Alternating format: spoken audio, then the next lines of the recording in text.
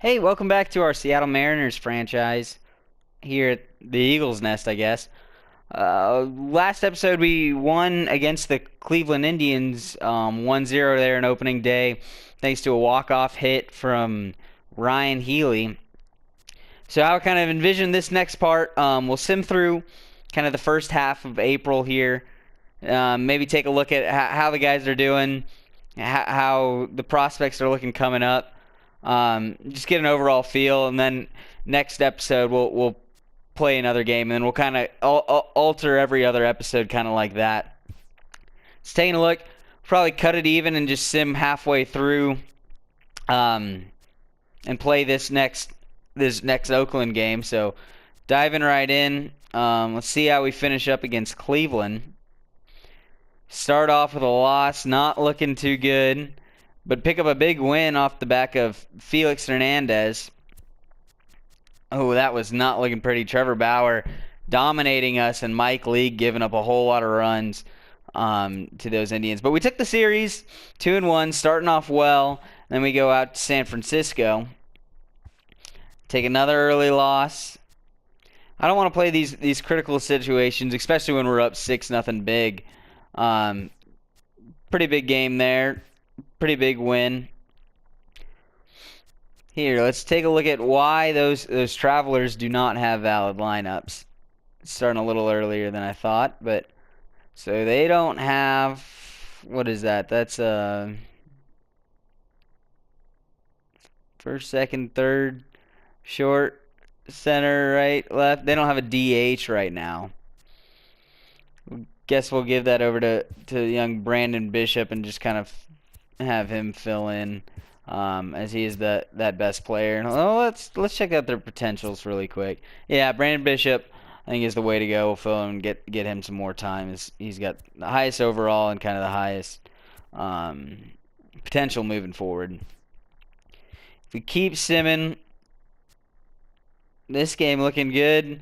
Coming back late, can we pull it off? And it looks like we did end up pulling off the victory. So we're starting 4-2 on the season. Not quite a bad start. We win that one 3-0 again. Now we start to hit a bit of a win streak as we pick up kind of 4 games in a row there. Another one. 7-2. We might not have to rebuild. This rebuild might not take too long. We might be done already. We finally lose to Kansas City 4-6, as it looks like Alex Colomb came in there and gave up some run, or lost the game, but has a 0 ERA still. So interesting to see how that would turn out. James Paxton kind of getting into a jam, but again, we don't give up all the runs, and it looks like our pitching is doing really well. We'll take a closer look once we get through this 14th game, but I mean we're looking like we're holding them to not a lot of runs each game, which is always good to hear. Matt Puffs, you'll have to tell me how to explain that for those of you that are really close to Seattle. Matt Povis strained his bicep during today's game. We're gonna keep him active just because he's not really hurt for too long there. Pick up another win, and our pitching continues to dominate as we win another game 10-3. Let's have a look at where that kind of puts us on the season there. We're top of the league right now. Ahead of the Angels, Astros, Rangers. The Astros are starting a lot slower than you'd think, with the Rangers and Athletics not doing too much behind, but we're currently 11th in the power rankings. Despite not having too much overpowering talent, if we go in and have a look at who's really doing the most work for us, James Paxton has a sub 2 RA here over his first couple of starts, has 1 win, sub 1 whip, doing really well. Mike Leake having a pretty okay start, 2-1 over his first 3. 4.5 ERA, not the best, but he's obviously kept us in there, kept us to win a couple. Felix Hernandez is just looking like his younger self right there, just absolutely dominating with the lowest ERA of the team. Won all 3 of his first couple of games. If he continues to play like this, we have a chance at I'd say we have a chance at the wild card, maybe even playoffs. Wade LeBlanc hasn't give up a whole lot of runs either. Probably just one or two through those first 13.2. Picked up the win. And then Marzo Gonzalez. So you can really see it really is our pitching here that just isn't giving up anything whatsoever. And that's really exciting. Especially if they can continue to do this. If Felix Hernandez can kind of come back, I don't know how he did. I would say this was 2 years ago now, right? I bet he got hurt. Wasn't in there, but if he can come back to the kind of this form of his earlier days, we're looking really good. Especially with James Paxton leading the way. Mike Leake, another average season or so, average start. But James Paxton is really who we're going to build this pitching rotation around.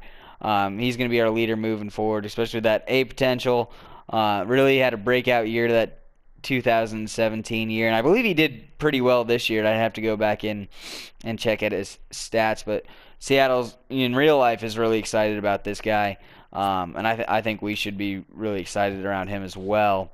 If we go ahead and have a look at the lineups, D. Gordon not doing too hot so far to start. He had that big game opening day, but it looks like he's not doing too much since then. Hitting 241, 3 RBIs, 5 stolen bases. Not bad through the first couple of weeks, but we'd like to see that average get up, and especially that on base percentage. If we can get him on more, that's kind of game over for the other team, right? If we can use his speed as much as we can, and it's not asking too much. If you look, he had an off year in 2016, but these kind of 3 or 4 years around there, he definitely hits a lot better. So he's slouching a little bit. Cam Maben, he's hitting a little lower, but I didn't expect too much more from him. But Nelson Cruz looks like he's leading our offense right now, hitting 333 with 3 home runs at 11 RBIs already through the first 2 weeks. Again, I'm thinking we use this to get a couple new younger guys to help out with Ryan Healy and D. Gordon, who are probably, I think, our top 2 potential outside James Paxton. Ryan Healy does have an A potential, so really want to build around those 2 guys. Looking through, Mike Zunino not having too bad, matching Cruz on home runs there. He's another one of our big power guys, and not hitting too poorly. 289. Mitch Haniger starting out strong with a 310 batting average, 5 RBIs, no home runs yet, but still hitting very well. Kyle Seager not doing too great, but again, it's early on.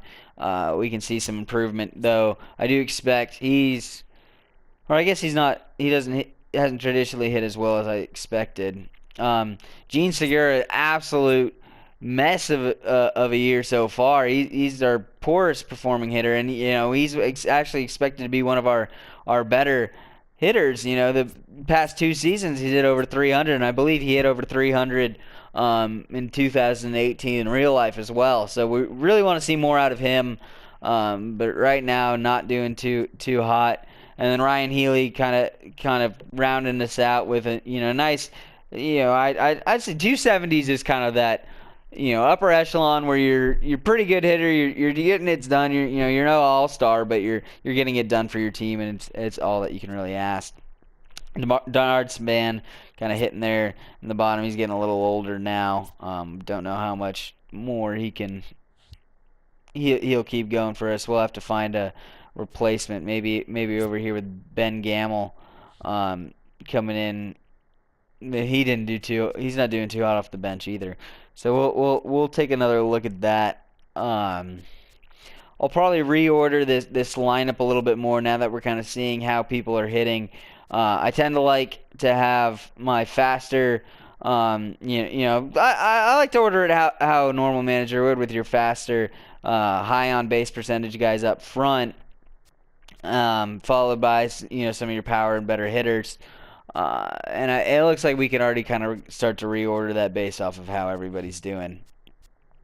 If you take a look at our roster, let's jump down, have a look at the pitchers, but I want to Here, we'll go look at the AAA rosters. Not a whole lot to talk about in AAA. Ross Detweiler didn't do too bad through his first couple of starts.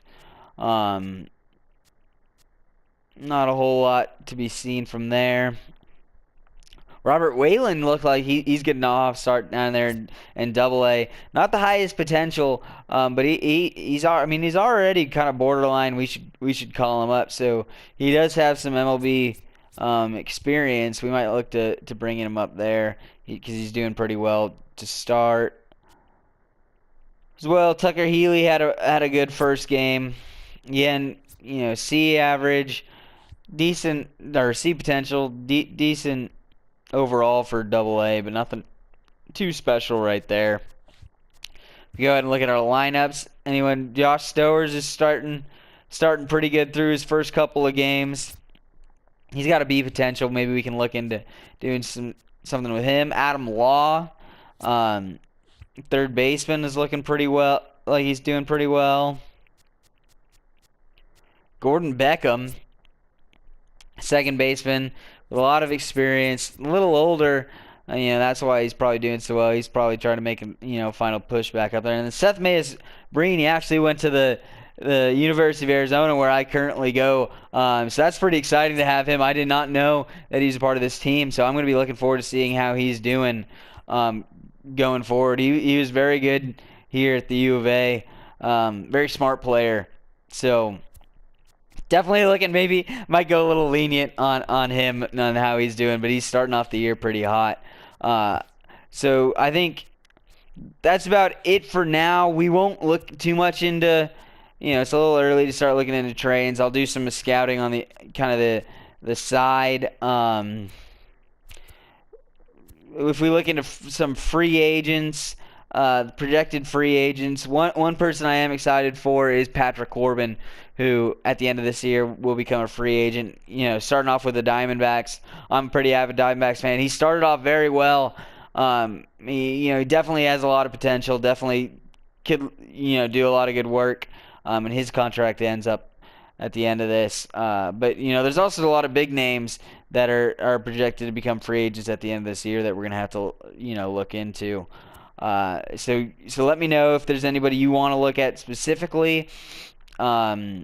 Anyone you think we should be going after. And really, until then, I'll see you next time.